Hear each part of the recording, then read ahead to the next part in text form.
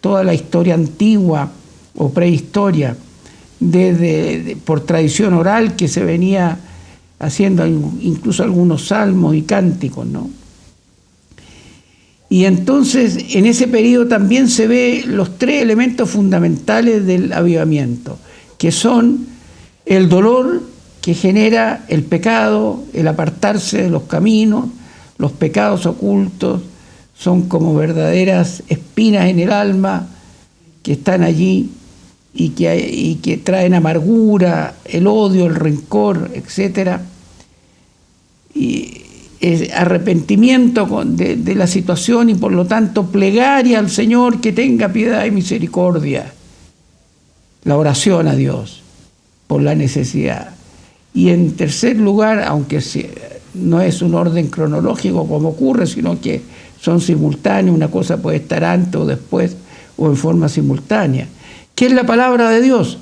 Es ajustarse a los patrones divinos, caminar por el angosto camino que lleva a la vida, discernir entre el camino espacioso y ancho o el trazado de Dios, tanto los que vivieron en el Vetero Testamento, en el Antiguo Testamento, como nosotros, hijos de la gracia, de la era de la gracia que se llama después de Pentecostés, donde tenemos al Espíritu Santo para guiarnos.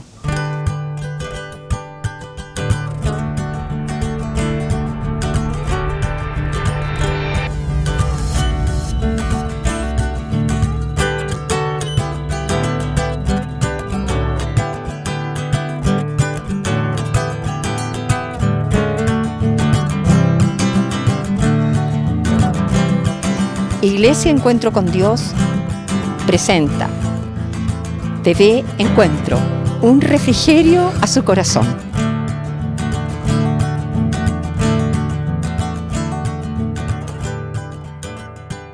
Aquí en otro avivamiento vamos a ver el avivamiento en tiempos de Jonás, con esta hermosa ilustración de cuadro pictórico que nos revela las circunstancias casi al final de su historia, ¿no?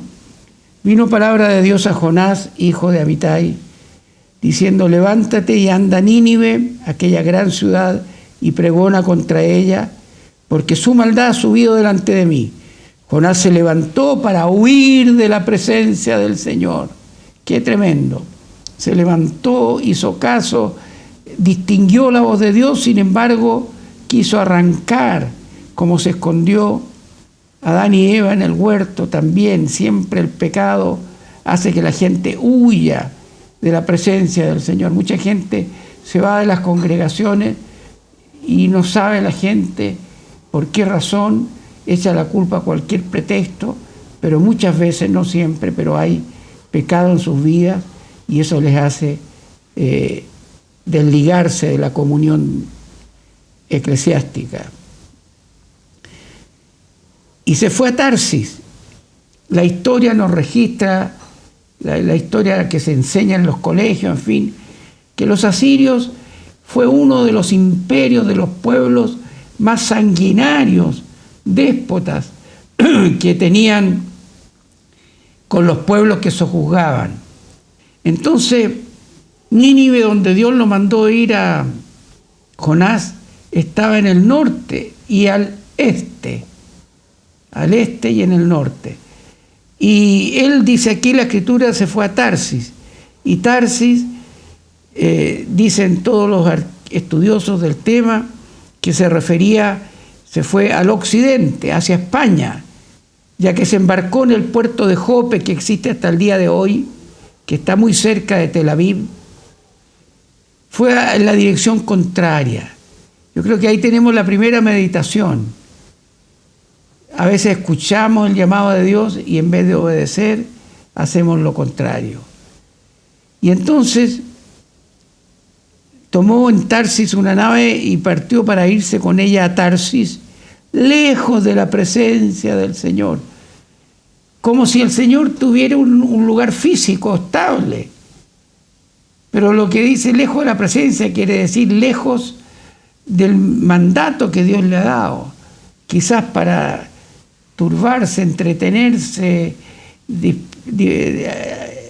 alimentar su mente, sus sentimientos, con otras cosas en el lugar donde él iba.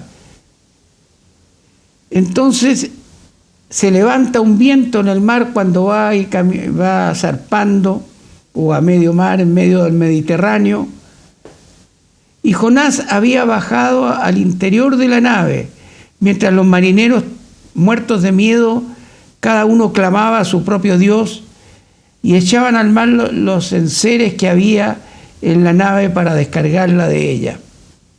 Y Jonás se había echado a dormir en el fondo del barco, que el capitán el patrón de la nave se le acerca y le dice: ¿qué tienes, dormilón? Levántate y clama a tu Dios. Y quisiera ir haciendo aplicación inmediato.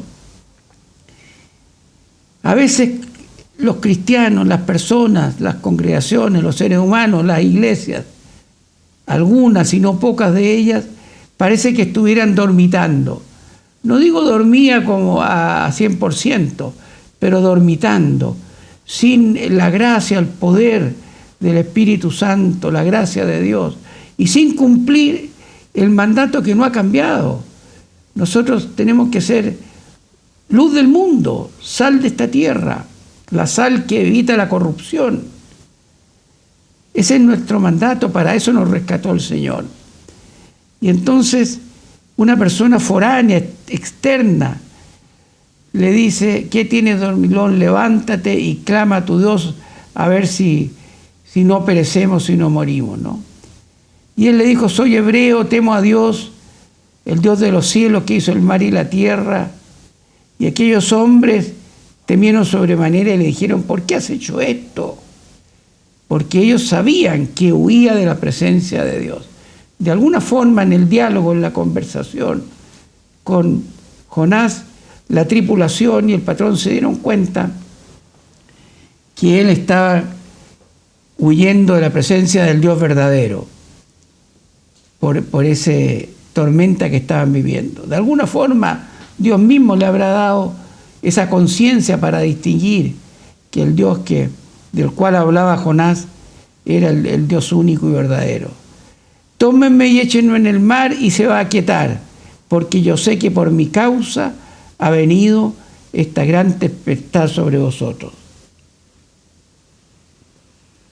Dice el Salmo 139, ¿a dónde me iré de tu espíritu? ¿A dónde huiré de tu presencia? Si subiera a los cielos, allí estás tú. Si en el Seol hiciere mi estrado, aquí, allí tú estás. Si tomare las alas del alba y habitar en el extremo del mar, aún allí me guiará tu mano y me asirá tu diestra. Entonces arrojan finalmente a Jonás al mar y se calma efectivamente la tempestad. Y a él lo traga un gran pez que Dios había preparado para que lo tragase. Y estuvo Jonás en el vientre del pez 3 días y 3 noches. Cuando le piden señal a Jesús, ¿qué señal habrá? Le dice: no le será más dada que la señal de Jonás. Y queda el misterio. Bueno, son los 3 días antes de la resurrección que padeció Cristo ahí. Entonces oró Jonás al Señor desde el vientre del pez y dijo: invoqué en mi angustia y el Señor me oyó. Y mi voz oíste, Señor. Todas tus ondas y tus alas pasaron sobre mí. Desechado soy delante de tus ojos, mas aún veré tu santo templo. Las aguas me rodearon hasta el alma, rodeóme el abismo. El alga se enredó a mi cabeza. Descendí a los cimientos de los montes. La tierra echó sus cerrojos sobre mí para siempre. Mas tú, Señor, me sacaste mi vida de la sepultura, oh Señor. Y finalmente viene su decisión: pagaré lo que prometí. Dice la Escritura en Eclesiastés que más vale que no prometas a Dios y que prometas y no cumplas. Así que si alguien tiene compromisos con el Señor que no ha cumplido, le exhortamos en esta hora que los cumpla. Aquí Jonás tuvo que llegar al punto de morir, a la vergüenza pública, al desprecio de todo el resto y a generar un mal tan grande. Todos los enseres que se perdieron, bueno, bienes materiales, pero se salvaron las vidas, gracias a Dios, porque de alguna forma el Espíritu habló a Jonás y él convenció que lo echaran en el pez. Y mandó después de estos 3 días el Señor al pez y vomitó a Jonás en tierra. Vino palabra de Dios nuevamente por segunda vez a Jonás, por eso se llama de la segunda oportunidad, diciendo: levántate y anda a Nínive, aquella gran ciudad, y proclama en ella el mensaje que yo te diré. Pero el mensaje era el mismo. Se levantó Jonás, se fue a Nínive, conforme a la palabra, y Nínive era ciudad grande en extremo, de 3 días de camino. Comenzó a entrar por la ciudad, diciendo: de aquí a 40 días Nínive será destruida. Y los hombres de Nínive creyeron a Dios y proclamaron ayuno, se vistieron de cilicio, del mayor al menor. Llegó la noticia hasta el rey de Nínive, se levantó de su trono, se despojó sus vestidos, se cubrió de cilicio y se sentó sobre ceniza, e hizo proclamar y anunciar en Nínive por mandato del rey de sus grandes, diciendo: hombres, animales, bueyes, ovejas, no gusten cosa alguna, no se les dé alimento ni beban agua. Entonces vemos aquí los 3 elementos también que operan perfectamente en la historia de Jonás. Y qué avivamiento más extraordinario, que se convierte en una ciudad entera. Yo lo he puesto acá porque hay el libro de Jonás en sí, que en el fondo es un testimonio biográfico. No es como los otros profetas que interceden con los reyes o que van profetizando hechos, entran a la guerra o no, hacen esto o aquello, que vuelven a la escritura. Aquí todo el relato de ese corto libro es la historia de Jonás. Y yo creo que ha quedado en la Santa Biblia y este ejemplo de este varón, precisamente porque es un anticipo de la universalidad de la salvación. Y tuvo que predicar Jonás a un imperio, reitero, que era malvado, perverso, torturador, opresor, injusto, sanguinario. Se ensañaba para poder sembrar miedo en la gente y se le sometiera al pueblo. Entonces también no era tarea fácil, como hoy tenemos los cristianos la responsabilidad de anunciar el Evangelio en esta sociedad que también es tan ajena cada día más, a pesar que estamos en una sociedad occidental cristiana, se supone, o era así hasta el siglo XX. Pero ya en el siglo XXI el agnosticismo crece, invade las mentes, los corazones, las constituciones de Latinoamérica, invade también con mucho temor y tristeza también el cristianismo, algunas iglesias que son contaminadas con los valores de este mundo. Entonces yo creo que, por eso cité también a Isaías, que habla: bendito el pueblo mío Egipto y el asirio, obra de mis manos. O sea, se está hablando con este arrepentimiento de la ciudad entera de Nínive, desde el rey hacia abajo. Tiene que haber sido un cambio brutal. Se paralizó todo, se proclamó ayuno hasta de los animales, precisamente para que Dios no destruyera Nínive. Despiértate tú que duermes, levántate de los muertos, dice Efesios, y te alumbrará Cristo. Es el mismo mensaje que tenemos para el día de hoy. Y mira como diligencia, como andéis, no como necios, sino como sabios, aprovechando bien el tiempo, porque los días son malos. Entonces, este avivamiento extraordinario, porque es ajeno al pueblo directo de Dios. Estamos a 1500 kilómetros, 2000 kilómetros de distancia. Era largo. No involucraba al pueblo de Dios.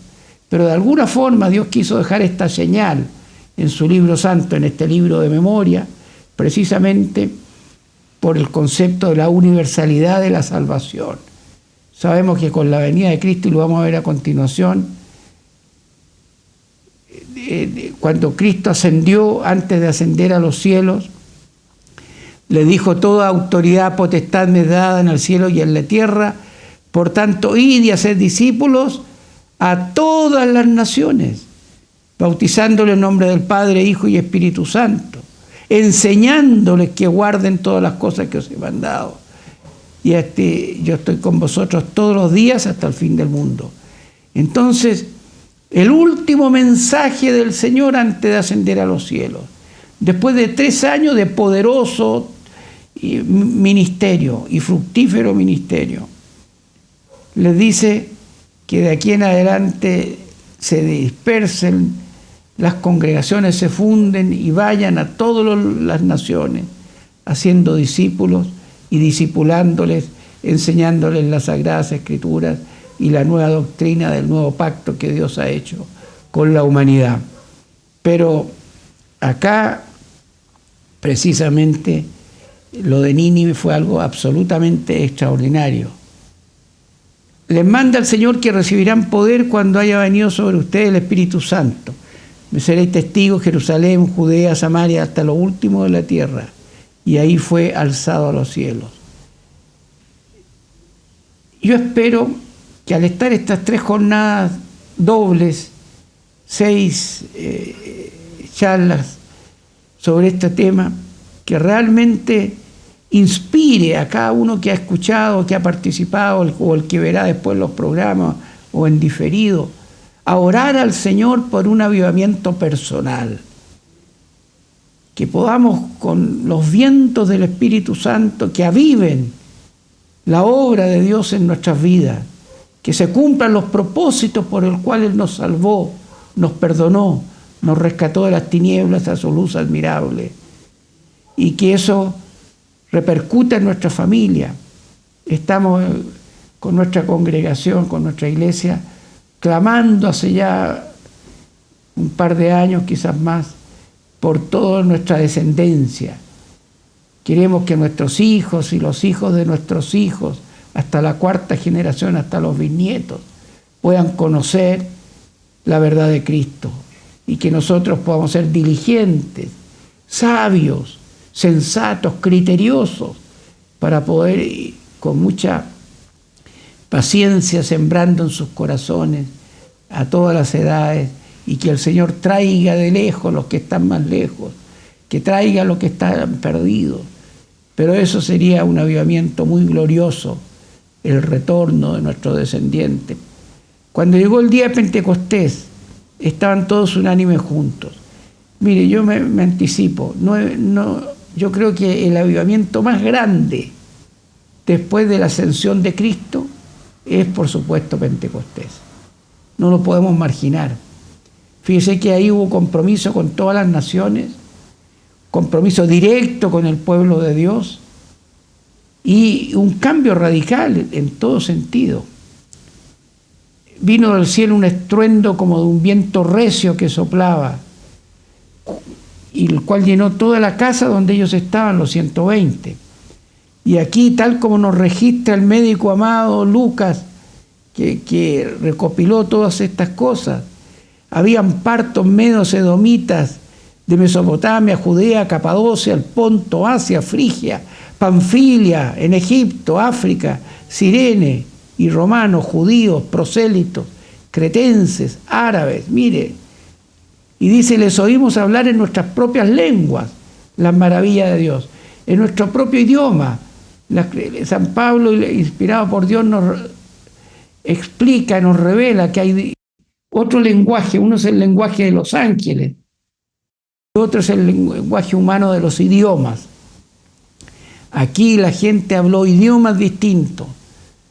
El idioma de los partos, de los medios, de los de vida. Cada uno en su propio idioma pudo escuchar. Un anticipo, igual que lo que fue Jonás en el año, alrededor del año 700 antes de Cristo. Este anticipo, se me volvió a dar la fecha. Los asirios ya habían cercado y habían tratado antes de tomar varias ciudades de Israel del norte. Y finalmente el año 722, poco después de la predicación de Jonás lejamente en Nínive, que fue tomado por los asirios cruentamente Israel. Así que vemos el nexo clarísimo de esta universalidad del propósito de Dios de toda raza, lengua, pueblo y nación, como también lo dice la Escritura. Entonces Pedro, poniéndose en pie, alzó la voz fuerte y le dijo: varones judíos que habitan aquí en Jerusalén, sea notorio, oigan mis palabras, ellos no están borrachos, no están ebrios, sino que esto es el cumplimiento de lo anticipado por el profeta Joel, que dijo que iba a derramar de mi espíritu sobre toda carne. Vuestros hijos y vuestras hijas profetizarán, vuestros jóvenes verán visiones, vuestros ancianos soñarán sueños. Bendícenos, Señor, con el cumplimiento después de 20 siglos que se cumplió eso en Pentecostés. También hoy día, Señor, que bendigas a tu pueblo con tus señales, portentos, y se conviertan las multitudes a ti, comenzando por nuestros seres queridos. En aquellos días derramaré de mi espíritu, daré prodigios arriba en el cielo, señales en la tierra, sangre y fuego, vapor de humo, y el sol se convertirá en tinieblas y la luna en sangre, antes que venga el día del Señor manifiesto. Y todo el que invocare el nombre del Señor será salvo. No da más antecedentes, y en eso concluye de que hay nueva vida, nuevo corazón, restauración, perdón de pecado. Por eso que muy bien dicen los teólogos que en el 4:26 con Enós, el nieto de Adán y Eva, comenzó el avivamiento, porque volvieron los hombres a invocar el nombre del Señor. Si confesares con tu boca que Jesús es el Señor y creyeres en tu corazón que Dios le levantó de los muertos, serás salvo. Porque con el corazón se cree para justicia, pero con la boca se confiesa para salvación. Y nuevamente todo el que creyere no será avergonzado. Y termina: todo aquel que invocare el nombre del Señor será salvo. ¿Se dan cuenta? Y le confronta con el pecado, le dice: ustedes lo mataron por manos inicuas, crucificándolo, pero el Señor lo levantó suelto los dolores de la muerte, por cuanto era imposible que fuere retenido por ella. A este Jesús resucitó Dios, de lo cual nosotros somos testigos. Y habiendo recibido la promesa del Padre, del Espíritu Santo, ha derramado esto que ustedes hoy día son testigos: partos, medos, elamitas, macedónicos, árabes, etc. Dijo el Señor a mi Señor: siéntate a mi diestra hasta que ponga a tus enemigos por estrado de tus pies. Hoy el Señor le ha hecho Señor sobre todo. Al oír esto, este magistral prédica del apóstol Pedro, se compungieron de corazón. El Espíritu Santo de alguna forma les confrontó la palabra y dijeron a Pedro y a los otros apóstoles: varones hermanos, ¿qué haremos? Y Pedro les dijo: arrepiéntanse y bautícese cada uno de ustedes en el nombre de Jesucristo para perdón de pecados y recibiréis el don del Espíritu Santo. Arrepentimiento, fundamental en un avivamiento. Para nosotros la promesa, para vuestros hijos y para cuantos el Señor está lejos, por cuanto el Señor a todos aquellos al cual el Señor llamare. Y con otras muchas palabras testificó y los exhortaba diciendo: sean salvos de esta perversa generación. Y hoy día ratificamos este primer discurso, la primera prédica. Debemos proclamar, advertir, anunciar, persuadir Así que los que recibieron su palabra fueron bautizados y se añadieron aquel día como 3.000 personas. El primer gran avivamiento después de la partida de Jesús lo vemos ahí mismo en Jerusalén, y donde nuevamente encontramos los tres elementos: la plegaria, oración, los 120 que estaban orando con un mundo incierto por delante, sin saber qué iban a hacer, con su líder muerto, resucitado, se apareció por 40 días. Había incertidumbre de todas maneras, con un mandato realmente 1.000 millones de veces superior a la capacidad que podían tener esos 120 personas. Vayan por todo el mundo, prediquen a toda criatura, enséñenle la enseñanza de la Escritura. Ustedes saben muy bien, tanto pastores como quienes las han recibido. Demora mucho tiempo la capacitación espiritual, el adecuar los pensamientos que el mundo con los cuales nos ha criado a todos nosotros, a poder cuadrarlo, entenderlo a través de la cosmovisión bíblica, con la mente de Cristo, hasta tener la mente de Cristo. Ese es el propósito que tiene Dios al respecto. 3.000 personas, por eso creo yo que es el avivamiento más glorioso que ha existido. Hizo además Jesús muchas otras señales. Después de relatar muchas señales, portentos y milagros, San Juan en el capítulo 20, el final dice, además de todos los relatos que se han hecho, muchas otras señales en presencia de sus discípulos, las cuales no están escritas en este libro, pero estas se han escrito para que creáis que Jesús, el Nazareno, es el Cristo, el ungido, el Hijo de Dios, hecho hombre, el Dios encarnado, el que habría de venir, y para que creyendo tengáis vida en su nombre. La fe sin obras es muerta, por eso que también habla aquí de las cosas que hizo el Señor. Hizo. Hay también otras muchas cosas, dice en el capítulo 21, cerrando ya el Santo Evangelio según San Juan. Muchas otras cosas que hizo Jesús, ratifica lo anterior, las cuales si se escribieren una por una, no solamente no están escritas, si pasa que si escribieren una por una, está en la magnitud de señales que hizo, pienso que aún en el mundo cabrían los libros que se habrían de escribir. Y coloca amén. Pues, si usted lo considera que es mucho, considérelo una hipérbole, que es una metáfora poética, pero las que sabemos, las que conocemos, son absolutamente suficientes para creer que ese carpintero es el Hijo de Dios, el ungido que habría de venir, es el Dios hecho hombre, que visto el fracaso de la humanidad en todos sus periodos y épocas, él mismo descendió a la tierra, tomó forma humana para darnos un camino, trazarnos una huella a la cual nosotros podamos adherir y seguir. Iglesia Encuentro con Dios presentó TV Encuentro, un refrigerio a su corazón.